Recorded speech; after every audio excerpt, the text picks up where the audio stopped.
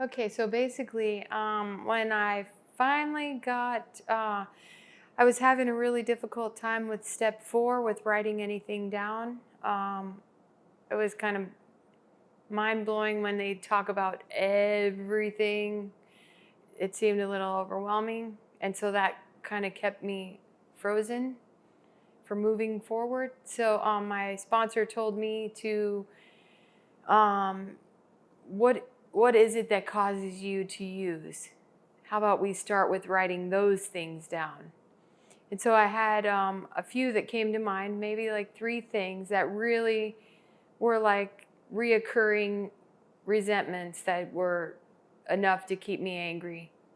That so I wrote those 3 things down, but I had a lot of things I probably could have written down, but I was a little afraid. At this point, I had been working with her for a little bit. I wanted her to like me. And she was older, so she kind of was like a mother figure, for lack of a better word. I had a lot of respect for her, so the last thing I wanted to do was tell her something that she was not going to agree with, or, you know. so, when I went to her house is where we did my 5th step. What I found really amazing was some of the things like my stepmom was on my step, right? My step 4. I had a lot of resentment toward the way I thought I was treated unfairly.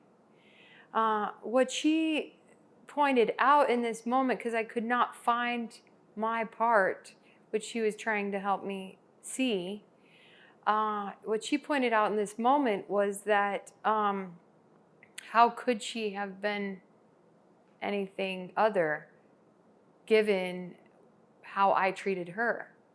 I was not very respectful to her, and I was certainly unkind and very difficult, to say the least. So she had me think about what it would have been like had I had a teenager become a stepmom of a teenager, and if that teenager was treating me that way, how would I have responded? And it was really eye-opening to see, wow, she probably did do the best she could with what I threw at her, you know? So that really kind of gave me that. They talk about that you'll have some kind of experience in this step 4. What I came out of step 5 is what I came out of with sharing those things with her was some sense of dropping a weight off of me that I had been carrying around. So although it was suggested to not withhold anything, I did. And but even though I did, I still felt that weight lift from those things, and it did give me a better perspective of how to see my part in other things.